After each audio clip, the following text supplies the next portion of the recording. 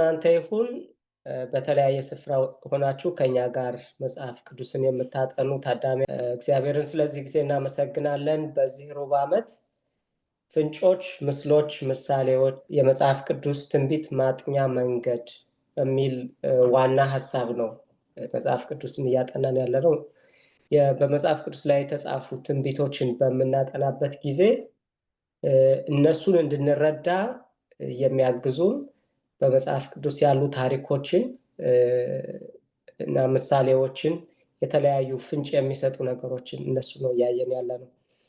ዛሬ 12ኛውን ትምህርት ነው የምናጠናው። በ12ኛው ትምህርት የምናየው ዋናው ርዕስ አስቀድመው የተሰጡ ምልክቶች ይላል።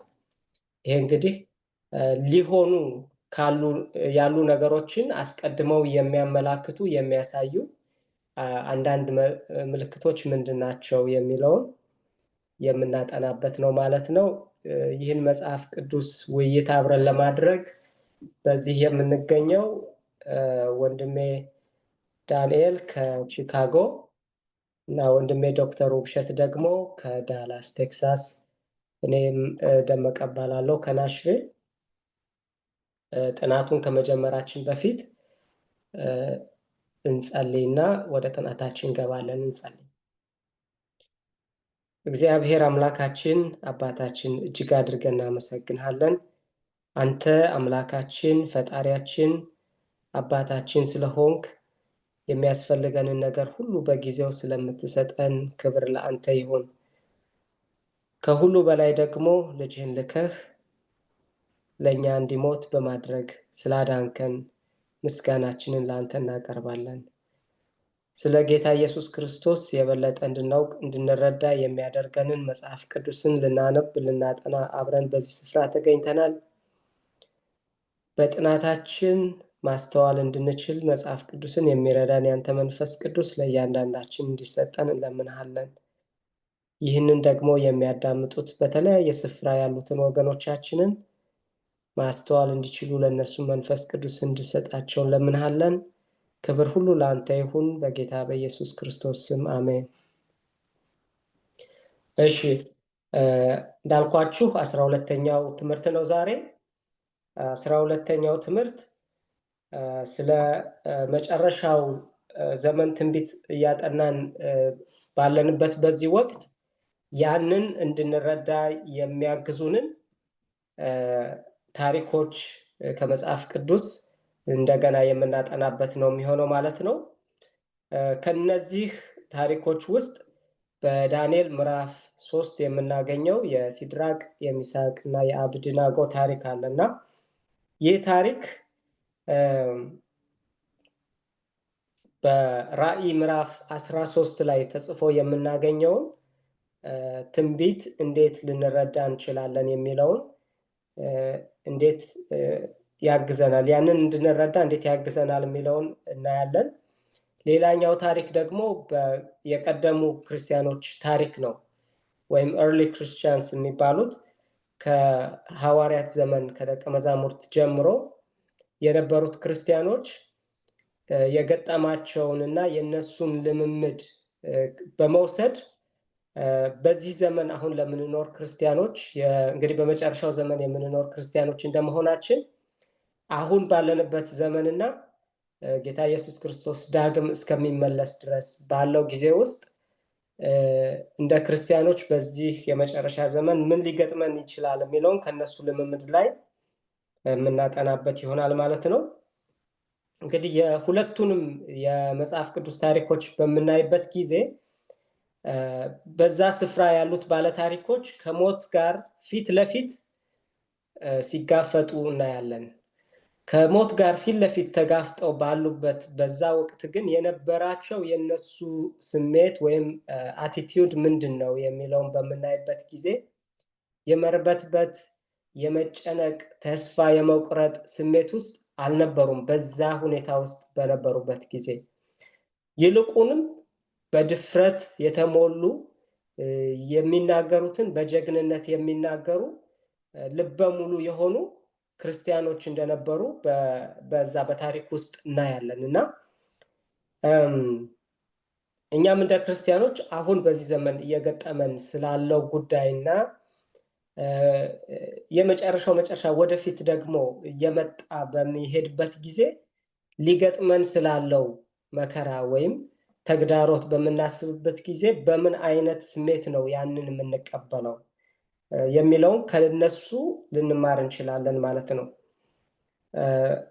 ስለ ትንቢት በምንነጋገርበት ጊዜ ትንቢቶች ሁሉ ስለ ጌታ ኢየሱስ ክርስቶስ የሚናገሩ ሆነው ነው የምናገኛቸው።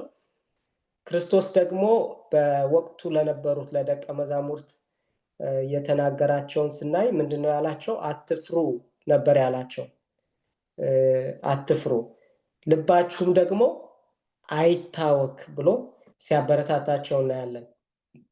እና ይህ መልእክት ለእኛም ዛሬ ክርስቶስ ለእኛም የሚናገረን መልእክት ሆኖ እናገኘዋለን። እና ከመፍራት ከመታወክ ይልቅ ግን ምንድነው ያለው?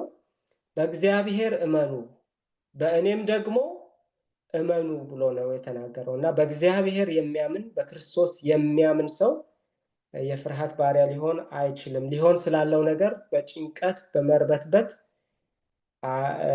አይሞላም። ስለዚህ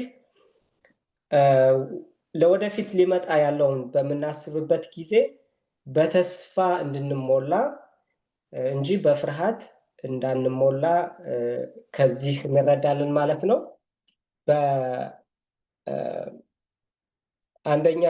በሁለተኛ ጢሞቴዎስ 1:7 ላይም ደግሞ የሚለው ምንድነው? እግዚአብሔር የኃይልና የፍቅር ራስንም የመግዛት መንፈስ እንጂ የፍርሃት መንፈስ አልሰጠንም ይላል። ስለዚህ ክርስቲያን የተሰጠው መንፈስ ከእግዚአብሔር የተቀበለው መንፈስ የኃይል የፍቅር ራስን የመግዛት መንፈስ እንጂ የፍርሃት መንፈስ አይደለም ማለት ነው። ስለዚህ ይሄን ያክል ለመግቢያ ካልን ወደሚቀጥሉት ሀሳቦች እንሄዳለን። ከዚህ ቀጥሎ ወንድሜ ዶክተር ውብሸት ዳንኤል ምዕራፍ 2 እና ታሪክን መሰረት ስላደረገ የትንቢት አፈታት መንገድ ያስረዳናል። ከዛ ቀጥሎ ደግሞ ወንድማችን ዳንኤል ለምስሉ መስገድ የሚለው ከዳንኤል ምዕራፍ 3 ላይ መሰረት ያደረገውን ትምህርት ያቀርቡልና እግዚአብሔር ይባርካችሁ። እሺ፣ እግዚአብሔር ይስጥልኝ። እግዚአብሔር አምላካችን ያለ መንገድ እና ያለ አቅጣጫ አልተወንም እና ፍርሃትና ሽብር በልባችን እንዳይነግስ በተለይ በመጨረሻው ጊዜ ስለሚመጣው እያሰብን እንዳንጨነቅ የተስፋ ቃላቱን ሰጥቶናል እና ከዚያ ውስጥ አንደኛው በዳንኤል መጽሐፍ ላይ የተሰጠው ትንቢት ነው እና የእግዚአብሔር ሕዝቦች በመጨረሻው ዘመን ሊመጣ ያለውን አስቀድመው ያውቁና ይዘጋጁ ዘንድ እምነትን ይሰንቁ ዘንድ ይበረቱ ዘንድ እግዚአብሔር እነዚህን መልእክቶች አስቀምጧል። የዳንኤል ምዕራፍ 2 ትንቢት ወይም ደግሞ ለናቡከደነጾር የተሰጠው ህልምና ትንቢታዊ ትርጉሙ መላውን የትንቢት አወቃቀርን ለማስተዋል መሰረታዊ ነው። በተለይ ትንቢት ስንፈታ የተለያዩ መንገዶች አሉ ተብሎ በተለምዶ ይነገራል። እንግዲህ መጽሐፍ ቅዱስ የተለያየ አይነት አፈታት መንገድ ሊኖረው አይችልም። አንድ ወጥና እውነትን ያዘለ መንገድ ነው ያለው። ነገር ግን የተለያዩ የትንቢት አተረጓጎሞች አሉ ሲባል የተለያዩ ትንቢትን እንተረጉማለን የሚሉ ሰዎች በተለያየ ዘመን ያስቀመጧቸው ያተረጓጎም ዘዴዎች አሉ እና ትክክል ያልሆኑ አሉ፣ ደግሞ ትክክለኛው አለ እና የዳንኤል ምዕራፍ 2ን ስናጠና እግዚአብሔር ታሪክን መሰረት አድርገን ትንቢትን በመተርጎምና በማየት የዳግም ምጽአቱን ምልክቶች እያየን ለሱ ደግሞ እንድንዘጋጅ የሚያስተምሩ ትምህርቶችን አስቀምጦልናል። ይሄን የትንቢት አተረጓጎም ዘዴ ታሪክን መሰረት ያደረገ የትንቢት አተረጓጎም በአማርኛ ወይ ደግሞ በእንግሊዝኛ ደግሞ ሂስቶሪካል ኢንተርፕሪቴሽን ኦፍ ፕሮፌሲ ወይም ደግሞ ሂስቶሪሲስት ኢንተርፕሪቴሽን ይባላል እና ከቀደምት የእምነት አባቶች ጀምሮ በፕሮቴስታንት ተሐድሶ ዘመንም የተለያዩ የተሐድሶ አራማጆች የተጠቀሙበት ያተረጓጎም ዘዴ ነው ትንቢትን መሰረት ያደረገው እና ይሄ ትንቢትን መሰረት ያደረገው አተረጓጎም እነዚህን ዳንኤል ማነው ናቡከደነጾር ያየውን ምስል በተከታትለው የሚመጡ በምድር ላይ የነገሱ መንግስታት ብሎ ይተረጉመዋል። እንዲያውም ዳንኤል ምዕራፍ 2 ስናነብ እኮ ቁጥር 39 ላይ አንተ የወርቁ ራስ ነህ ካለው በኋላ ለናቡከደነጾር ቀጥሎ ዳንኤል ምን ይላል? ከአንተ በኋላ የሚያንስ ሌላ መንግስት ይነሳል ይላል። ከዛ ደግሞ ቀጥሎ ሶስተኛም የናስ መንግስት ይነሳል ይላል።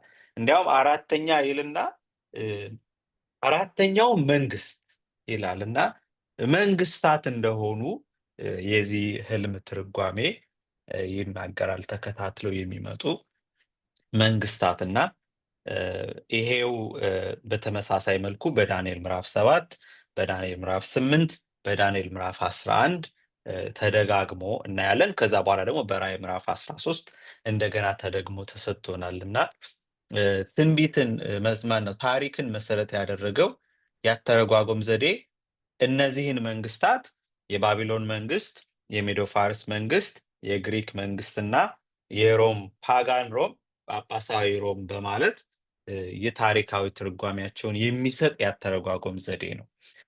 ነገር ግን ይሄ ያተረጓጎም ዘዴ ምን ችግር አመጣ? በ15ኛው በ16ኛው መቶ ክፍለ ዘመን ከዛም ቀደም ብለው ያሉት የፕሮቴስታንት ተሐድሶ አራማጆች ትንሹ ቀንድ የሮም ጳጳሳዊ ስርዓት ነው፣ የእግዚአብሔርን ህግጋት የሚጥሰው የሚለውጠው ሰዎችን እግዚአብሔርን ማምለክ ትተው ለዚህ አካል አምልኮን እንዲሰጡ የሚያደርገው ትንሹ ቀንድ ነው። ይሄ ትንሹ ቀንድ ደግሞ የሮም ጳጳሳዊ ስርዓት ነው እያሉ ሲያስተምሩ ቤተክርስቲያኗ አልወደደችው። ስለዚህ ይሄንን አስተምሮ የሚቃረንና የሚያመክን የሚያከሽፍ ትምህርት ማምጣት ነበረባቸው። ያንን ትምህርት ሲያመጡ እንዲሁ በቀላሉ በኃይል አይደለም። ስነ መለኮት ምሁራኖቻቸውን ጠይቀው የጀስዊት ሲስተም በሚባለው መልኩ አዲስ አይነት አስተምሮ እንዲመጣ ተደረገ። ያ አስተምሮ የመጀመሪያው የትንቢት አተረጓጎም አስተምሮ እነሱ ያመጡት ፕሪቴሪዝም ይባላል። ፕሪቴሪስት ኢንተርፕሪቴሽን የሚባለው ማለት ነው። እና ፕሪቴሪዝም ደግሞ ይሄ ትንሹ ቀንድ የሮም ጳጳሳዊ ስርዓት ሳይሆን አንቲዮከስ ኤፒፋነስ ነው እና እነዚህ ትንቢቶች በሙሉ የሮም ጳጳሳዊ ስርዓት ሳይመጣ የተፈጸሙ ናቸው፣ እኛ አይመለከተንም፣ ከደሙ ነፃ ነን ብለው የዳንኤልን ትንቢቶች በሙሉ በሁለተኛው ክፍለ ዘመንና ከዛ በፊት የተፈጸሙ እንደሆኑ አድርገው ማስተማር ጀመሩ። ይሄ አስተምሮ የካቶሊክ ቤተክርስቲያን እጇን ከቅዱሳን ደም ማፍሰስ እንድታጥብ እና ንጹህ ሆና እንድትቀርብ የሚያደርግ አስተምሮ ነው። እንዳለመታደል ሆኖ ብዙ የፕሮቴስታንት ምሁራንም አሁንም ድረስ የሚከተሉት ይሄንን አስተምሮ ነው። ሁለተኛው ደግሞ የሮም ጳጳሳዊ ስርዓት ይሄንን ታሪክን መሰረት ያደረገ የትንቢት አተረጓጎምን ለማክሸፍ ያመጣቸው አስተምሮ ፊውቸሪስቲክ ኢንተርፕሪቴሽን ይባላል። ወይም ደግሞ ወደፊት ሊሆን የሚችለውን መሰረት ያደረገ የትንቢት ትርጓሜ ማለት ነው። ያ ደግሞ ምንድነው አለ? የዳንኤል ትንቢቶች በሙሉ እነዚህ ቀንዶቹ ምን ወደፊት ገና ክርስቶስ ሊመጣ ሲል ሜቢ ትንሽ ጊዜ ሲቀረው የሚፈጸሙ ነገሮች ናቸው እንጂ አሁን የሚሆኑ አይደሉም።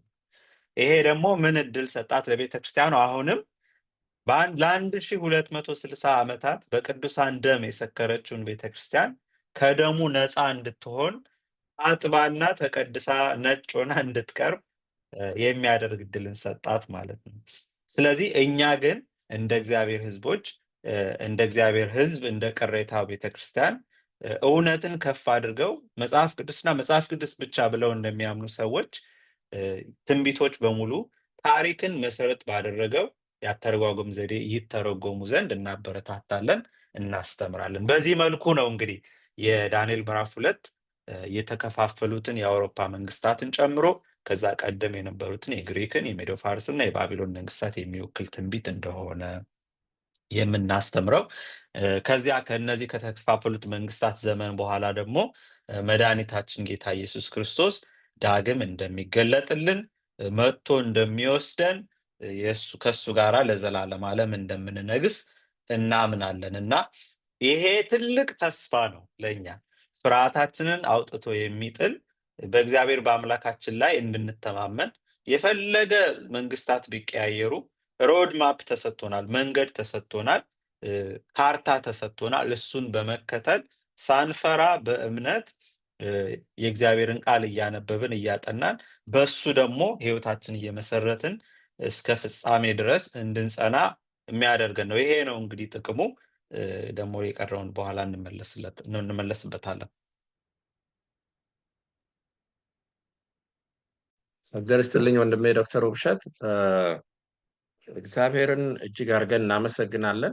ምክንያቱም አስቀድሞ የሚሆነውን ነገር ስለነገረን ግር እንዳይለን ግራ እንዳይገባን እና እኔም ከትንቢተ ዳንኤል ምዕራፍ 3 ላይ ያለውን ነው የምንመለከተው። ከዛ የቀጠለ ነው እና እዚህ ላይ እንግዲህ ስንመለከት ንጉሱ ናቡከደነጾር ያንን ህልም አስደንጋጩን አስፈሪውን ያስጨነቀውን ህልም ከተፈታለት በኋላ እግዚአብሔርን ሲያከብር እንመለከታለን። በዳንኤል ምዕራፍ 2 ቁጥር 46 እስከ 48 ያለውን በቃ እናንተ የምታመልኩት አምላክ አለው ዳንኤልን፣ ሁሉን ነገር የሚያደርግ ምስጢርን የሚገልጥ ታላቅ አምላክ ነው፣ እንደሱ ያለ የለም ማለት። ከዛ በኋላ ዳንኤልንም ጓደኞቹንም አከበራቸው፣ ስልጣን ሰጣቸው፣ ሾማቸው፣ አስተዳዳሪ አደረጋቸው። ነገር ግን ወደ ምዕራፍ 3 ላይ ሄደን ስንመለከት ይሄ ንጉስ ደግሞ ሐሳቡን እንደገና ሲቀይር እንመለከታለን እና ምንድነው እሱ ያደረገው? ትልቅ የወርቅ ምስል አሰራ። እነዛ ቅድም ወንድሜ ዶክተር ውብሸት ሲናገር እያንዳንዳቸው መንግስታት ነበሩ። እሱ ግን ምን አደረገ? ሁሉንም ለመዋጥ ፈለገና አንድ ወጥ የወርቅ ራስ የሆነ ያንኑ የሚመስል ምስል አሰራ። ይሄ ማለት እኔ ብቻ ነኝ የምነግሰው፣ ከኔ በኋላ ሌላ መምጣት የለበትም የሚል ራስ ወዳድ የሆነ ግብዝነት ያለበት አይነት አመለካከት አስቀመጠ ይሄ ንጉስ እና ይህንን ትልቅ የወርቅ ምስል ካሰራ በኋላ ሁሉም ሰው እንዲያየው በትልቅ ሰፊ ሜዳ ላይ በዱራ ሜዳ አቆመው። ከዛም በኋላ ከባለስልጣን ጀምሮ እስከ ተራ ህዝብ እንዲመጡና ለዚህ ምስል እንዲሰግዱ፣ እንዲያመልኩት፣ ጎንበስ እንዲሉለት ትእዛዝ አስተላለፈ። እንግዲህ ናቡከደነጾር እዚህ ላይ ስንመለከት ክብርን የሚሻ እኔ ብቻ ለዘላለም ልኑር፣ እንደዚሁም እግዚአብሔር የሰጠውን ትንቢት ለመቀየር የሞከረ ያመፀ፣ በዛ ላይ ያመፀ ንጉስ እንደሆነ እንመለከታለን። ይሄ ባህሪው ደግሞ ከማን ጋር ያመሳስለዋል? ከሉሲፈር ጋር። ሉሲፈር መጀመሪያ እንደዛ ነበር። ከእግዚአብሔር በላይ ለመሆን ነበር የፈለገው። በከፍታ ላይ እወጣለሁ፣ ከዛ ደግሞ ሁሉም ሰው እንዲያመልከው እንዲሰግድለት ነበር የሚፈልገው እና ናቡከደነጾር እዚህ ላይ ሲስት እንመለከታለን። ምንም እንኳን ልቡ በተለያየ ጊዜ እየደነደነ ቢሄድም የናቡከደነጾርን መጨረሻ ስንመለከት ግን ሙሉ ለሙሉ ሐሳቡን ምኞቱን ሁሉ ለእግዚአብሔር እንዳስገዛ ወደ ምዕራፍ 4 ላይ ስንሄድ እንመለከተዋለን እና ናቡከደነጾር እንግዲህ ይህንን ካደረገ በኋላ እዛ ውስጥ 3 ዕብራውያንን እናያለን። እነዚህ አስቀድሞ ሾሟቸው የነበረ የዳንኤል ጓደኞች እዛ ሜዳ ላይ ተገኝተዋል፣ እዛ ስነ ስርዓት ላይ ተገኝተዋል እና ሰው ሁሉ ለጥ ብሎ ሲሰግድ እነሱ አልሰገዱም ወይም ያንን የወርቅ ምስል አላመለኩም። ስለዚህ ተነገራቸው፣ አልሰሙም፣ ተጠሩ። ንጉሱ በማስጠንቀቂያ ጭምር ነገራቸው። ነገር ግን ለሱ ምላሽ ሲሰጡት እንመለከታለን። በትንቢተ ዳንኤል ምዕራፍ 3 ቁጥር 17 እና 18 ላይ ሄዳችሁ ስትመለከቱ ለንጉሱ እንደዚህ ያሉት፣ ንጉስ ሆይ በሚንበለበለው የእቶን እሳት ውስጥ ብንጣል የምናመልከው አምላክ ሊያድነን ይችላል፣ ከእጅህም ያድነናል። ነገር ግን ንጉስ ሆይ ባያድነንም እንኳን አማልክትህን እንደማናገለግል ላቆምከውም የወርቅ ምስል እንደማንሰግድ እወቅ ብለው ቁርጡን ሲነግሩት እንመለከታለን። እንግዲህ እዚህ ላይ ስናይ እነዚህ 3 ዕብራውያን ያላቸውን ቁርጠኝነት ሐሳባቸውን ለንጉሱ በድፍረት ይነግሩታል። አሁን የምናየው ነገር የአምልኮ ጉዳይ ነው። በስተመጨረሻ በዘመናት ሁሉ እየተንከባለለ ችግር እየሆነ የመጣው ከዛን ጊዜ ጀምሮ አምልኮ ነው። እውነተኛ አምልኮ ማን ነው መመለክ ያለበት? መቼ ነው መመለክ ያለበት? እንዴት ነው መመለክ ያለበት? የሚለው ነገር ሁል ጊዜ ወሳኝ ነው። እነዚህ 3 ጓደኛሞች ይሄንን ነገር እንዴት ነው በዘዴ አድርገው አለባብሰው ማለፍ አይችሉም ወይ የሚለው ራሱን የቻለ ነገር ነውና፣ ለምንድን ነው እሱ ወይ ጎንበስ ብለው ጫማቸውን የሚያስሩ መስለው እግዚአብሔር ሆይ አንተ ታውቃለህ፣ እኛ እንግዲህ አንተን ብቻ ነው የምናመልከው ብለው የማያልፉት ለምንድን ነው? እሱ ለምን እንደዚህ አይነት ችግር ውስጥ ገቡ? ራሳቸውን አሳልፈው እስከ መስጠት፣ ህይወታቸውን አሳልፈው እስከ መስጠት፣ እሳት ውስጥ እስከ መግባት። ወገኖቼ በስተመጨረሻም ይሄን ነው የሚጠብቀው። ቅድም በተጠቀሰው ውስጥ በ1600 ዓመት ውስጥ ብዙ ክርስቲያናት ህይወታቸውን አጥተዋል። በእሳት ተቃጥለዋል፣ በአውሬ ተበልተዋል፣ ሰቃቂ በሆነ መንገድ ተገለዋል። እነዚህ ሁሉ ሰዎች ምንም ሌላ ነገር ሳይሆን በአምልኮ ምክንያት የመጣባቸው ነገር ነው እና መጽሐፍ ቅዱሳችን በሉቃስ 16 ቁጥር 10 ላይ ምን ይላል? በትንሽ ነገር ታማኝ የሆነ በትልቁም ነገር ታማኝ ይሆናል። ስለዚህ ለዚህ ነው እነዚህ ወጣቶች አለባብሰው ማለፍ ያልፈለጉት። ለእግዚአብሔር ታማኝነታቸውን ይገልጻል። ትንሽ ነገር ልትመስለን ትችላለች። በመስሪያ ቤት ሊሆን ይችላል፣ በአካባቢያችን በምንኖርበት ከጎረቤት ጋራ ከጓደኞች ጋራ ለእግዚአብሔር ያለንን ታማኝነት ሁል ጊዜ መግለጽ መቻል አለብን። በዛች በትንሿ ስንታመን በትልቁ ደግሞ የታመንን እንሆናለን ማለት ነው እና እነዚህ ሰዎች ለምስሉ ያልሰገዱበት ምክንያት ላቆማቸው ለአምላካቸው ታማኝ መሆናቸው ነው። በጣም የሚገርመው በሰው ሀገር ነው ያሉት፣ ምርኮኞች ናቸው፣ ዜጋ አይደሉም፣ ሲቲዝንሺፕ አልተሰጣቸውም፣ ገና መጥተው ያሉ ሰዎች ናቸው። እንደዛም ሆነው ግን በብዙ ነገር በትምህርትም በሌላም የሀገሪቱን ነገር ቢከተሉ በአምልኮ ላይ ግን ለውጥ አላሳዩም ወይም የዛን ሀገር አልወሰዱም። ትንሽ አላንገራገሩም፣ ኮምፕሮማይዝ አላረጉም። ከልጅነት ጀምሮ የተማሩትን ያወቁትን በአእምሯቸው ውስጥ ያለውን ያንን ይዘው ነው የቀጠሉትና እንግዲህ በዚህ ትምህርት ላይ በትንሿ ነገር ታማኝ እንድንሆን፣ ያ ደግሞ ትልቁ ፈተና ሲመጣ ያን ጊዜም እንደጠነከረን እንደምንቆይ ካለፉት ተምረናል። እኛ ደግሞ እየጸለይንና መንፈስ ቅዱስን እየጠየቅን በዚህ ነገር እንዲያበረታን ሁል ጊዜ በጸሎት መበርታት አለብን ማለት ነው። ይሄ የአምልኮ ነገር ይቀጥላል። በሚቀጥለው ደግሞ የበለጠ በሚቀጥለው ትምህርት ላይ እናብራራዋለን ማለት ነው። በእኔ በኩል ጨርሻለሁ።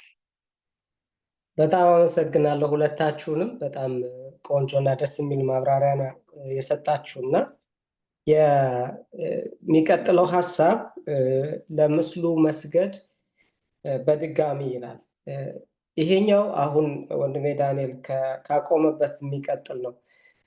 ቅድም ለመጥቀስ እንደሞከርኩት በዳንኤል ምዕራፍ 3 ላይ አሁን ያየነው ለምስሉ ካልሰገዳችሁ ትገደላላችሁ የሚለው ሐሳብ በራእይ ምዕራፍ 13 ደግሞ እንደገና ተደግሞ እናገኘዋለን። በራእይ ምዕራፍ 13 ቁጥር 15 ላይ በምናነብበት ጊዜ ደግሞም የመጀመሪያው አውሬ ምስል መናገር እንዲችል ለምስሉ እስትንፋስ ለመስጠትና ለዚህም ምስል የማይሰግድ ሁሉ እንዲገደሉ ለማድረግ ስልጣን ተሰጠው ይላል። ቅድም ወንድማችን ዳንኤል ባነበበው ላይ ዳንኤል 3:15 ላይ ተመሳሳይ ነገር ነበር። አሁንም ቢሆን የመለከቱንና የእምቢልታውን የመሰንቆንና የክራሩን የበገናውንና የዋሽንቱን የዘፈኑንም ሁሉ ድምፅ ስትሰሙ እኔ ላቆምኩት የወርቅ ምስል ተደፍታችሁ ለመስገድ ዝግጁ ከሆናችሁ መልካም፣ ባትሰግዱለት ግን ወዲያውኑ ወደሚንበለበለው የእቶን እሳት ውስጥ ትጣላላችሁ። ታዲያ ከእጄ ሊያድናችሁ የሚችል አምላክ ማን ነው? በማለት ይጠይቅ ነበር ናቡከደነፆር። እንግዲህ ያ አምላክ ማን እንደሆነ ራሱን ገልጦ ለናቡከደነፆር አሳይቶታል። በዚህም ዘመን ሀሳቡ ተመሳሳይ ነው። ምናልባት ሁኔታዎቹ ይለያዩ ይሆናል። አሁን የቆመ በዱራ ሜዳ ላይ እንደቆመው አይነት ትልቅ ምስል ቆሞ በሉ ካልሰገዳችሁ እያለ የሚለን ላይኖር ይችላል። ግን ተመሳሳይ መርህ ነው አሁን በዚህ ዘመንም የሚኖረው። ራእይ መጽሐፍ ላይ ትንቢተ ራእይ ላይ ያሉትን በሙሉ በምናነብበት ጊዜ በእግዚአብሔር ሕዝቦችና ከእግዚአብሔር ሕዝብ በተቃራኒ በሚቆሙት ላይ ያለውን ልዩነት ሲያሳይ አንደኛዎቹ ለእግዚአብሔር ይሰግዳሉ፣ ያውም ሰማይንና ምድርን ባህርንና የውሃ ምንጮችን ሁሉ ለፈጠረው ለአንድ እግዚአብሔር የሚሰግዱ ለሱ ታማኝነታቸውን የሚያሳዩ ናቸው። ሌላኞቹ ደግሞ ለምስሉና ለአውሬው የሚሰግዱ ምልክቱንም በእጃቸው በግንባራቸው የሚቀበሉ ናቸው። ስለዚህ ያለው አሁንም ያለው ካቴጎሪ ሁለት ብቻ እንደሆነ እናያለን። አጠር አድርገን ፈጠን ብለን ብናነበው ራእይ ላይ የተጻፈውን ራእይ 13 ከ11 ጀምሮ ምንድን ነው የሚለው? ከዚያም ሌላ አውሬ ከምድር ሲወጣ አየሁ። እርሱም እንደ በግ 2 ቀንዶች ነበሩት፣ ነገር ግን እንደ ዘንዶ ይናገር ነበር። በመጀመሪያው አውሬ ስም በሙሉ ስልጣን ይሰራ ነበር። ምድርና በእርሷም የሚኖሩ ሁሉ ለሞት ከሚያደርሰው ቁስል የዳነውን የመጀመሪያውን አውሬ እንዲያመልኩ አደረገ። በሰዎቹም ፊት እሳት ከሰማይ ወደ ምድር እስኪያወርድ ድረስ ታላላቅ ምልክቶችን አደረገ። እንግዲህ የአውሬው የማሳቻ መንገዶች ብዙ ናቸው። አንድ ነገር ብቻ የማስገደድን ብቻ ይዞ የሚመጣ አይደለም። ተአምራትን በማድረግ ምልክትን በማድረግም ከሰማይ እሳትን እስከማውረድ ብዙዎችን እንደሚያስት እናያለን። ከዛ በመጀመሪያ አውሬ ስም ምልክቶችን እንዲያደርግ ስልጣን ስለተሰጠው በምድር የሚኖሩ ሰዎችን አሳተ። በሰይፍ ቆስሎ ለነበረው ነገር ግን በሕይወት ለሚኖረው አውሬ ምስል እንዲያቆሙ አዘዛቸው። ደግሞም የመጀመሪያው አውሬ ምስል መናገር እንዲችል ለምስሉ እስትንፋስ ለመስጠትና ለዚህም ምስል የማይሰግዱ ሁሉ እንዲገደሉ ለማድረግ ስልጣን ተሰጠው። እንዲሁም ታናናሾችና ታላላቆች፣ ሀብታሞችና ድሆች፣ ጌቶችና ባሮች ሁሉ በቀኝ እጃቸው ወይም በግንባራቸው ላይ ምልክት እንዲቀበሉ አስገደዳቸው። ማሳት ይቀድማል። በዛ ደግሞ ለመሳት ፈቃደኛ ያልሆኑትን ማሳት ያልቻላቸውን ደግሞ ያስገድዳቸዋል። ይህም የሆነው የአውሬው ምልክት ይኸውም ስሙ ወይም የስሙ ቁጥር የሌለው ማንም ሰው ለመግዛትም ሆነ ለመሸጥ እንዳይችል ነው ይላል። ይህ እንግዲህ የአውሬውንና የምስሉን ምልክት የማይቀበሉ ምን እንደሚገጥማቸው የሚያሳይ ነው። ራእይ 14:9 ደግሞ ስናይ ማንም ለአውሬውና ለምስሉ የሚሰግድ ምልክቱንም በግንባሩ ወይም በእጁ የሚቀበል ቢኖር ይላል። ይሄ ሶስተኛው መልአክ ሲያውጅ የተናገረው ነውና ነገር ግን በዛው ምዕራፍ ላይ ቁጥር 11 ላይ ሄደን ስናነብ ምን ይላል? 13 11 ላይ ከዚያም ሌላ ይቅርታ 13 ሳይሆን 14 ላይ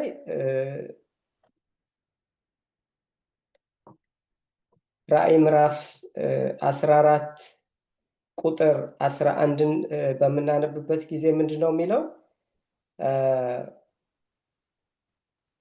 የስቃያቸውም ጢስ ከዘላለም እስከ ዘላለም ወደ ላይ ይወጣል። ለአውሬውና ለምስሉ የሚሰግዱ ወይም የስሙንም ምልክት የሚቀበሉ ሁሉ ቀንና ሌሊት እረፍት የላቸውም። ቁጥር 12 የእግዚአብሔርን ትእዛዞች የሚጠብቁና ለኢየሱስም ታማኝ ሆነው በትዕግስት የሚጸኑ ቅዱሳን የሚታወቁት በዚህ ነው። ስለዚህ በዚህ ዘመንም እንግዲህ በተለያየ መንገድ እንድንስት የሚያደርገን የዚህን ስራ እናያለን። ነገር ግን ራሳችንን ጠብቀን ለእግዚአብሔርና ለእግዚአብሔር ብቻ እንድንሰግድ፣ ታማኝነታችን ለእግዚአብሔር ብቻ እንዲሆን፣ እሱን ብቻ እንድናመልክ ነው ጥሪ እየቀረበልን ያለው። ማንኛውም አምልኮ ከኛ ሊቀበል የሚፈልግ ሁሉ ከኛ አምልኮ ሊያገኝ አይገባውም። እግዚአብሔርን ብቻ ነው ማምለክ የሚገባና ምናልባት አምልኮ ስንል ጎንበስ ብለን ሰግደን የምናመልከው አንዱ መንገድ ሊሆን ይችላል። ግን ከዛም ባለፈ መንገድ ታማኝነታችንን አሳልፈን የምንሰጠው ነገር ሁሉ ለኛ እንደ ጣዖት ነው፣ እንደሚመለክ ነገር ይቆጠራል ማለት ነው። ለዚህ ዛሬ ሙሉ ታማኝነታችንን የሰጠነው ለማን ነው የሚለውን እንድናስብ ያስፈልገናል ማለት ነው። የእግዚአብሔር ቃል እንደሚለው እየኖርን ነው ወይ? የእግዚአብሔርን ቃል እየታዘዝን ነው ወይ? እግዚአብሔርን ብቻ እያመለክን ነው ወይ? እንደዛ ከሆነ በትክክልም እግዚአብሔርን ከሚያመልኩት ጋር አብረን እንቆማለን። እንደዚህ በምናደርግበት ጊዜ ደግሞ የአውሬው ቁጣ በእኛ ላይ መነሳቱ አይቀርም። ልክ ናቡከደነፆር በነ ዳንኤል ላይ ነው በሲድራቅ ሚሳቅና አብደናጎ ላይ 7 እጥፍ የእቶኑ እሳት እንዲነድ እንዳደረገው በዚህም ዘመን ታማኝ የሆኑ የእግዚአብሔር ልጆች ክርስቲያኖች መከራ ሊገጥማቸው ይችላል ማለት ነው። ነገር ግን ያንን ማለፍ የሚችሉበትን ኃይል እና ጸጋ ደግሞ የሚሰጥ እግዚአብሔር አብሯቸው እንዳለ ማወቅ አለባቸው። ሆኖም መዘንጋት የሌለበት ነገር ሁለት ጎራ የለም። ወይ እግዚአብሔር እናመልካለን ወይ በዛኛው ጎራ እንሰለፋለን። በመጨረሻ ግን የእግዚአብሔር ቁጣ ደግሞ በአውሬውና ለምስሉ በሰገዱት ምልክቱንም በግንባራቸውና በእጃቸው ላይ በተቀበሉት ላይ ደግሞ የእግዚአብሔር ቁጣ በመጨረሻ እንደሚመጣ እንደሚወርድ ይናገራል። እሱ ነው የከፋው። እሱ ለዘላለም የሚያጠፋ ሁለተኛውን ሞት በእኛ ላይ እንዲመጣ የሚያደርግ ነው። ስለዚህ የሰዎችን ቁጣ የአውሬውን ቁጣ ፈርተን ዛሬ እጅ ሰተን በመጨረሻ በሚመጣው በእግዚአብሔር ቁጣ እንዳንበላ ታማኝነታችን ለእግዚአብሔር ብቻ እንድናደርግ እሱን ብቻ እንድናመልክ ልባችንን በማንኛውም መንገድ ከእግዚአብሔር ካለን ነገር ሊከፋፍል የሚመጣ ሁሉ መጨረሻው ጥፋት እንደሆነ በማወቅ እንድንጠነቀቅ ያስተምረናል። እግዚአብሔር ሁላችንም በጸጋው ይርዳን። ከዚህ ቀጥሎ ደግሞ ወንድማችን ዶክተር ውብሸት የቀደመው የቤተ ክርስቲያን ስደት ምን ይመስል እንደነበረ ያቀርብልናል።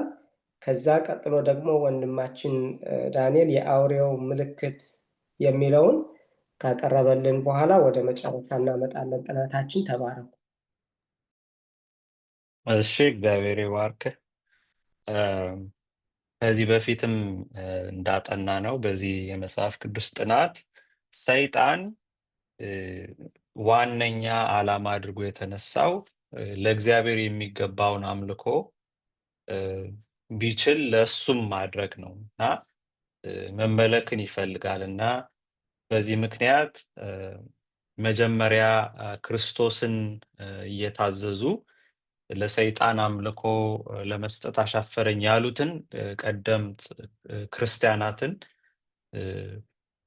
እሱን እንዲያመልኩት አስገዳጅ የሆነ እርምጃን በመውሰድ ብዙ ክርስቲያናትን እንዳሳደደ፣ እንዳጠፋ፣ እንደገደለ፣ ወደ እስር ቤት እንዳደረገ በመጽሐፍ ቅዱሳችንም ተጽፏል፣ በታሪክም የተጻፈ ነገር ነው እና በተለይ በመጀመሪያው መቶ ክፍለ ዘመን የነበሩ ክርስቲያኖች በጣም ትልቅ ስደት እንደደረሰባቸው፣ ትልቅ መከራ እንደደረሰባቸው የሐዋርያት ሥራ መጽሐፍን ስናጠና እናገኛለን እና በተለይ በእስጢፋኖስ ላይ የደረሰው ግድያ የአይሁድ ሕዝብ ከእግዚአብሔር ሕዝብነቱ ሙሉ በሙሉ እንደተወ እንደቀረ ያሳዩበት እና የክርስቶስን ወንጌል ሙሉ በሙሉ እንደማይቀበሉ ያረጋገጡበት ክስተት የእስጢፋኖስ መወገር ነበር። በኋላ ደግሞ ከሱ በኋላ ሌሎችም ደቀ መዛሙርት በተለይ ያዕቆብን በሄሮድስ አማካኝነት አሳስሮ እንዳስገደለ፣ ጴጥሮስንም ለመግደል እያሰበ እንደነበረ፣ ነገር ግን እግዚአብሔር በታምራዊ መንገድ እንዳተረፈው፣ ጴጥሮስም ደግሞ በሕይወት እንዲተርፍ የቤተክርስቲያን ታላቅ ጸሎት ታደርግ እንደነበረ፣ ኤኒዌይስ ከዛ በኋላ ቤተክርስቲያን ላይ ትልቅ ስደት እንደመጣ በመጀመሪያው መቶ ክፍለ ዘመን ብዙ ሐዋርያት ጳውሎስን ጨምሮ ለእምነታቸው መስዋዕትነትን እንደከፈሉ መጽሐፍ ቅዱሳችንም ይነግረናል። ታሪክም የማይክደው ነገር ነው እና ሰይጣን በጉልበት በማስገደድ ሰዎች እሱን ያመልኩት ዘንድ የሚጥር መልአክ ነበር ማለት ነው እና በጣም ደስ የሚለው ግን እግዚአብሔር ግን አስገዳጅ አምላክ አይደለም። እግዚአብሔር አያስገድድም። በነፃ ምርጫ ሰዎች ፈልገውና መርጠው አፍቅረው እንዲያመልኩት የእግዚአብሔር ፈቃድ ነው። ሰይጣን አስገዳጅና የሚጨፈጭፍ ነው። ይሄ ታክቲኩ ግን ይሄ ዘዴው እንደማያዋጣው ሰይጣን ገብቶታል እና ቅዱሳን በተገደሉ ጊዜ፣ ደማቸው በፈሰሰ ጊዜ ለእምነታቸው ያላቸው ቁርጠኝነት እንዲያውም ሌሎቹ ወደ እምነታቸው እንዲሳቡ በማድረግ ይሄ እምነት እንዲያውም እየተስፋፋ ይጠፋል ሲባል፣ ተጨፍጭፎ ያልቃል ሲባል እንዲያውም እንደ ዘር እየተስፋፋ እየበቀለ እንደ ሰደድ እሳት ክርስትና በመላው ዓለም እየተስፋፋ ሄደና ሰይጣንም በጣም ብልጥ ነው፣ ስማርት ነው እና ለካ ቦክስና ዱላ እነዚህን ሰዎች ሀሳባቸውን ሊያስቀይር አይችልም በማለት ክርስቲያኖችን ከእግዚአብሔር የሚያርቅበትን ዘዴ በመቀየስ የሐሰት ትምህርቶችን ማስፋፋት፣ የሐሰት ነገሮችን ማድረግ፣ ሐሰተኛ ነቢያትን ማስታጠቅ፣ በዚያ መልኩ ደግሞ ለብዙ ዘመናት ሰይጣን የእግዚአብሔርን ሕዝብ ሲፈታተን ኖሯል። በመጨረሻው ዘመንም በመጀመሪያው ጊዜ በመጀመሪያዋ ቤተክርስቲያን ታላቅ ስደት በሰይጣን አማካኝነት እንደመጣባቸው በመጨረሻው ዘመንም በሰይጣን መንፈስ መሪነት የምድር ነገስታትና የምድር ታላላቅ የሃይማኖት መሪዎችና ተከታዮቻቸው በእግዚአብሔር ሕዝብ ላይ ታላቅ የሆነ መከራና ስደትን ሊያመጡ እንደሚዘጋጁ መጽሐፍ ቅዱስ ይነግረናል። በራዕይ ምዕራፍ 12፣ በራዕይ ምዕራፍ 13፣ በራዕይ ምዕራፍ 14 እየሄድን እንደምናነበው ማለት ነው። ነገር ግን ጴጥሮስን ከእስር ቤት ያዳነው መልአኩን ልኮ ከእስር ቤት ያወጣው ከሞት ያተረፈው አምላክ ሕዝቦቹን የሚታደግበት ጊዜ ይመጣል። እንዲያውም ኤለን ዋይት በታላቁ ተጋድሎ ምን ትላለች? የቅዱሳን ደም እንደ ዘር ነው ትላለች። መስዋዕት ሲሆኑ ያ ደማቸው እንደ ዘር ነው፣ ሌሎች ብዙ ክርስቲያኖችን ያፈራል እምነታቸው እያየ። በመጨረሻው ዘመን ግን ክርስቶስ ሊመጣ በሚደርስበት ጊዜ ክርስቲያኖች ወይ ሊታሰሩ ይሆናል፣ የተወሰነ የሚገደሉ ይኖራል። በመጨረሻው ግን የመጨረሻው የመከራ ጊዜ የሞት አዋጅ በሚወጣበት ጊዜ በክርስቲያኖች ላይ ግን መስዋዕትነት አንሆንም ትላለች። ለምን? በዚያ ጊዜ መስዋዕት የምንሆነው ሆነን ደማችን ቢፈስ ያንን አይቶ የሚመለስ ሕዝብ ስለማይኖር ያን ጊዜ ግን እግዚአብሔር እንደ ጴጥሮስ ሕዝቡን ይታደጋል ትላለች። በሕዝቡ ላይ የሚነሳው ሰይፍ እንደ ገለባ ሆኖ ይወድቃል። እግዚአብሔር መሸሸጊያ ይሆናል። በሕዝቡ ላይ የተላለፈው የሞት አዋጅ ሳይፈጸም ክርስቶስ በምድር ላይ እንደሚመጣ ክብሩን እንደሚገልጽ የእግዚአብሔር ሕዝብ ይድናል። ኤሳው በያዕቆብ ላይ የወጠነው መከራ እና ችግር ሳይፈጸም እንደቀረ ምንም እንኳን ያዕቆብ በመከራ ውስጥ በስቃይ በጸሎት በጭንቀት ውስጥ ቢያልፍም በሱ ላይ የተቃጣው ሰይፍ ግን አልተፈጸመም እና እግዚአብሔር ታሪክን በመለወጥ በመጨረሻው ዘመን የእግዚአብሔር ሕዝብ ከሞት ይተርፋል እና ክርስቶስ ዳግም ይመጣል ትላለች እና ከዚህ ታሪክ እንደምንማረው በዘመናት ሁሉ ብዙ የእምነት አባቶቻችን ለእምነታቸው ዋጋ ከፍለዋል። እኛም ለእምነታችን ዋጋ የምንከፍልበት ጊዜ ይመጣል። ነገር ግን ሰይጣን የእግዚአብሔርን ሕዝብ እንደገደለ ደሙን እንዳፈሰሰ አይቀጥልም። በመጨረሻውና የያዕቆብ መከራ ጊዜ ተብሎ በተሰየመው በኤርምያስ ምዕራፍ 30 ቁጥር 6 ላይ ያለው መከራ በሚመጣ ጊዜ ግን እግዚአብሔር ሕዝቦቹን በአስደናቂ ሁኔታ ይታደጋል። መጨረሻው ይመጣል። እኛም በሰማይ እንሄዳለን አምላካችን ጋራ በብርጭቆ ባህር እናመልከዋለን ማለት ነው እና ልባችሁ አይታወክ የሚሉት ነገሮች በሙሉ ከነዚህ ሁሉ ትንቢቶች እና ተስፋዎች ጋራ ተደምረው ነው ደፋሮች እና ልበ ሙሉዎች በጸሎት የሚጸኑ ክርስቲያኖች ሊያደርጉን የሚችሉት ነው የሚለን ትምህርቱ። እሺ እግዚአብሔር ይስጥልኝ። ይሄ በጣም ልብ የሚያሞቅ ነው። ምንም እንኳን በትንቢቶች ላይ ብዙ የሚያስፈሩ የሚያስደነግጡ ነገሮች ቢኖሩም ደግሞ መጨረሻው አሁን እንደገለጽከው ዶክተር ውብሸት ከእግዚአብሔር ጋር መሆን በብርጭቆ ባህር ላይ ወርቃማ በሆነው መንገድ እየተጓዙ ከእግዚአብሔር ጋር መሆን ታላቅ ነገር ነው እና ይሄ የሁሉም ክርስቲያኖች የመጨረሻ ግብ ነው፣ ሽልማትም ነው። ነገር ግን እስከዛው ድረስ በምድር እስካላችሁ ድረስ መከራ አለባችሁ ብሎ ጌታ ኢየሱስ ክርስቶስ ነግሮናል። ይሄንን የሚያመጣው ደግሞ ጠላት ሰይጣን ነው። ከዛ ውስጥ አንዱ ቅድም የጀመርኩት አሁንም የምቀጥለው የአምልኮ ጉዳይ ነው። እግዚአብሔር ለፈጠረው ፍጡር ለኔና ለናንተ በሱና በእኛ መካከል ምልክትን ሰጥቶናል። ያን ምልክት አንዱ የምናገኘው በዘፍጥረት ምዕራፍ 2 ቁጥር 1 እስከ 3 ላይ ነው እና ይሄ እግዚአብሔር አምላክ መጀመሪያ ፍጥረታትን ሁሉ ፈጥሮ በስድስቱ ቀን ውስጥ እያንዳንዱን ነገር ፈጥሮ ጨርሶ መጨረሻ ላይ መደምደሚያው ላይ ያስቀመጠው ነው። በምዕራፍ 2 ቁጥር 1 ላይ እንደዚህ ይላል። ከቁጥር 1 እስከ 3 ያለውን አነባለሁ። ሰማያትና የምድር በውስጣቸውም ያሉ ሁሉ አፈጣጠር በዚህ ሁኔታ ተከናወነ ይላል። እንግዲህ በዚህ ሁኔታ ተከናወነ የሚለው በምዕራፍ 1 ላይ የምናገኘውን ነው። በአንደኛ ቀን ይሄ ሆነ፣ ሁለተኛ ቀን ይሄ ሆነ፣ በሶስተኛ ቀን እያለ የሚቀጥለውን ነው። እግዚአብሔር ይሰራው የነበረውን ስራ በሰባተኛው ቀን ላይ ፈጽሞ ነበር። ስለዚህ ከሰራው ስራ ሁሉ በሰባተኛው ቀን አረፈ። እግዚአብሔር ሰባተኛውን ቀን ባረከው፣ ቀደሰውም። ካከናወነው የመፍጠር ስራ ሁሉ ያረፈው በሰባተኛው ቀን ነው ይላል። ይሄ በእኛና በእግዚአብሔር መካከል የተሰጠ ምልክት ነው። ስድስቱን ቀን ስራውን አከናወነ፣ በሰባተኛው ቀን አረፈ። እግዚአብሔር ደክሞት አይደለም። ኤሎሂም ነው የሚለው እዚህ ላይ ሲጠራው እንደውም እግዚአብሔርን። ኤሎሂም ደግሞ ማለት ሁሉን የሚችል ኃያል ባለስልጣን፣ ከሁሉ ነገር የበላይ የሆነ ማለት ነው። እንደዚህ አይነት አምላክ ደክሞት ሳይሆን ለኔና ለናንተ ምልክት እንዲሆን ከሱ ጋር የምንገናኝበት የተለየ ቀን አድርጎ ሰባተኛውን ቀን ሰንበት አድርጎ ሰጠን።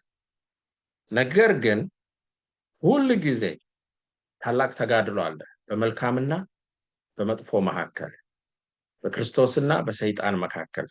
ስለዚህ ሰይጣን ያንን ነገር ሁል ጊዜ ከጎን ሌላ ያስኬዳል እና ያንን እግዚአብሔር የሰጠውን ሰባተኛ ቀን ወደ አንደኛ ቀን ደግሞ ቀየረው። ስለዚህ ሰንበት ከሰባተኛው ቀን ወደ አንደኛው ቀን እንዲቀየር ተደረገ። እግዚአብሔር ግን እንደዛ አላለም። እግዚአብሔር ባረከው፣ ቀደሰው። ያንን ነው ለሰው ልጆች ሁሉ የሰጠው። እንደዛ ነው እንግዲህ ያንን መከተል ያለብን እንጂ ምን ይሆናል በፈለገው ቀን ከእሱ ጋር ብገናኝ እግዚአብሔር ሰባተኛውን ቀን ቢሰጠኝም አንደኛው ቀንም በወስድ ሶስተኛው ቀን በወስድ ምን ችግር አለው የሚል ሀሳብ ብዙ ጊዜ ይነሳል። ወይም ይሄንን ነገር ደግሞ እንደ ቀላል ይታያል። ብዙ ጊዜ እንደዛ አይደለም። ወንድማችን ዶክተር ውብሸት እንግዲህ ሐኪም ነውና ለሱ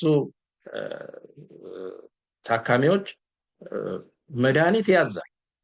በቀን 3 ጊዜ ይሄን መድኃኒት ውሰዱ ብሎ ይሰጣል። አይ እኔ በቀን 6 በወስደው እንድድን ብሎ የወሰደ ሰው ተመልሶ እሱ ጋር ይሄዳል ታሞ። አይ በቀን 1 ብቻ ደግሞ ይበቃኛል ያለውም እንደዚሁ ሳይድን ተመልሶ ወደዛው ይሄዳል ማለት ነው። እያንዳንዱ ነገር ምክንያት አለው። ኤሎሂም ሁሉን አዋቂ የሆነው አምላክ ደግሞ ይህንን ቀን ሲሰጠን የራሱ የሆነ ምክንያት አለው። ሌላው ሰዎች ምን ይላሉ? ይሄ እኮ ለአይሁዳውያን የተሰጠ በዘጸአት ላይ ለሙሴ የተሰጠው እነዚህ ሰዎች በበረሃ ሲሄዱ ያን ያከበሩ ከዛ በኋላ ተሽሯል። አይደለም። ይሄ የተሰጠን በዘፍጥረት ላይ ነው። እግዚአብሔር ልክ ሁሉን ነገር ፈጥሮ እንደጨረሰ ቀጥሎ የሰጠው ትእዛዝ ይሄ ነው። በመጨረሻም ወገኖቼ ትልቁ ጦርነት የሚመጣው በዚህ ነው። አውሬው የራሱን ምልክት የሚያስቀምጠው በዚህ በአምልኮ ቀን ላይ እንደሆነ እንመለከታለን። ነገር ግን ስለ ሰንበት ሲነሳ 2 ጽንፎችን እንመለከታለን። የመጀመሪያው ሙሉ ለሙሉ ቀኑን መቀየር፣ ሰባተኛው ቀን ሳይሆን ሌላ ቀን መፍጠር፣ አንደኛውን ቀን እንደ ሰንበት አድርጎ መውሰድ ሲሆን፣ ሌላው ደግሞ ሰባተኛውን ቀን ራሱን እያከበሩ ነገር ግን እንደ ሸክም አድርጎ መውሰድ ማለት ነው። ይሄም ራሱ ደግሞ የተሳሳተ ነገር እንደሆነ እንመለከታለን።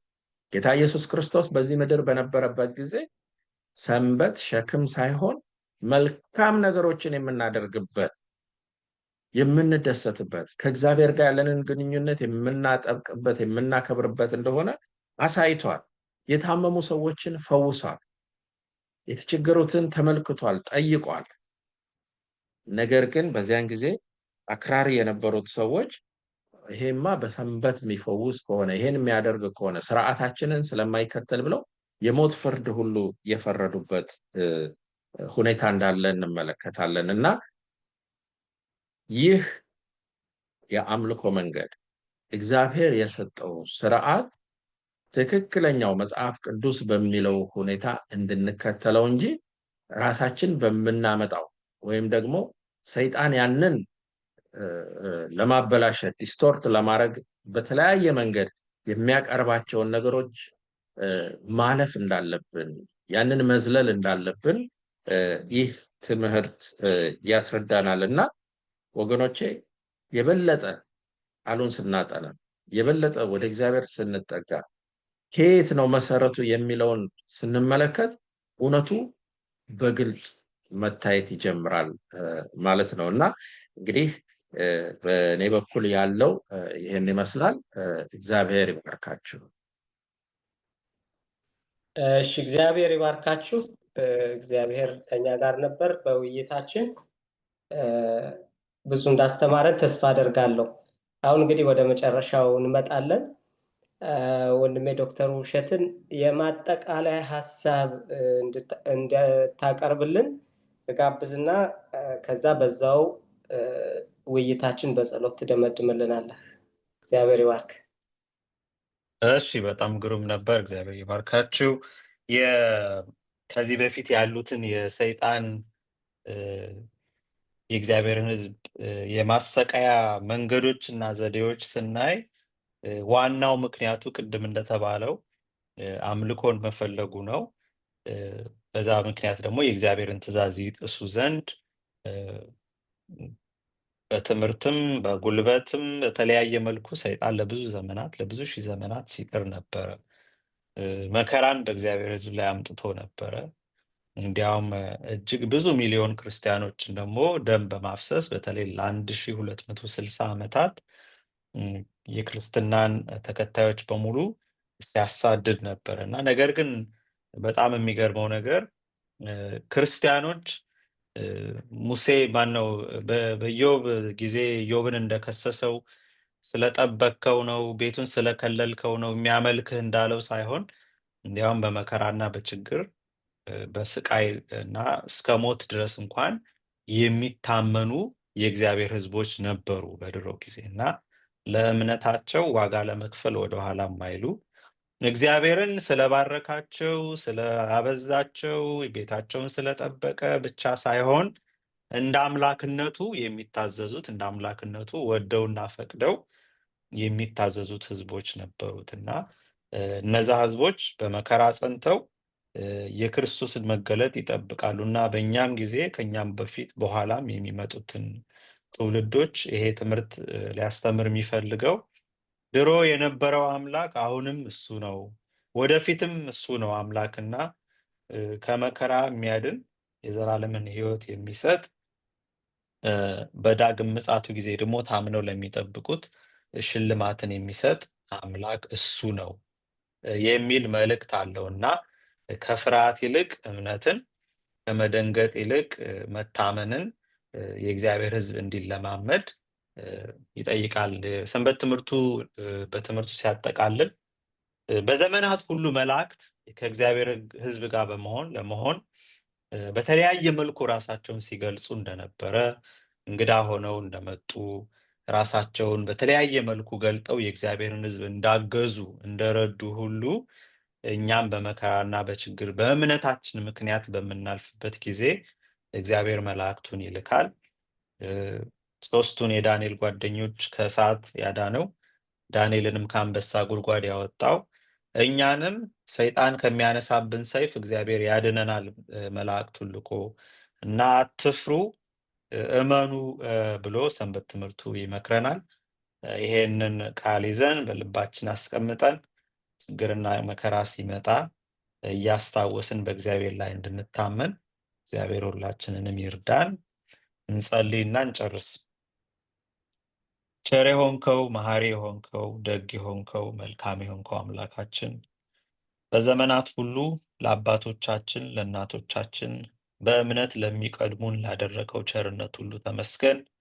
እነሱን በእምነታቸው እንዲጸኑ በመከራ እሳት ባለፉ ጊዜ ያንተን ክብር አይተው እስከ ሞት ድረስ እንዲታመኑ ጸጋን እንደሰጣቸው የሚያስችለውን ችሎታ እንደሰጣቸው እኛም ደግሞ በሚመጣብን በእምነታችን ምክንያት ከእምነታችን የተነሳ በሚመጣብን መከራና ስደት ሁሉ እንደማትተወን ማረጋገጫ ነው። እናመሰግንሃለን። ደግሞ የፍቅር ሰዎች የሚዋደዱ አንተንም የሚወዱ ሰዎች ሆነን ብዙ ደቀ መዛሙርትን ለአንተ እንድናፈራ መልካም መዓዛ ለሰዎች እንድንሆን ያንተ ምጽአት መቅረቡን እንዲያዩ ከሕይወታችን እንዲማሩ ነው። ጌታ ሆይ የኑሮን የጽድቅን ሕይወት እንድታጎናጽፈን ተግባራዊ የሆነ ክርስትናን የሚለማመዱ ሰዎች እንድታደርገን ኃጢአትን የምንጸየፍ ኃጢአተኞችን ግን የምንወድ እንድታደርገን እንጸልያለን። ጌታ ሆይ የነፍሳት መጥፋት ግድ የሚለን በስራ የምንበረታ የምንጸልይ ሰዎች አድርገን። ስንፍናን ከመካከላችን አስወግድ። ኃጢአተኞች በደለኞችንን አንጻን። ጊዜውን ሁሉ ለአንተ እናስረክባለን። በአንድ ልጅ በጌታ በኢየሱስ ክርስቶስ ስም አሜን። አሜን።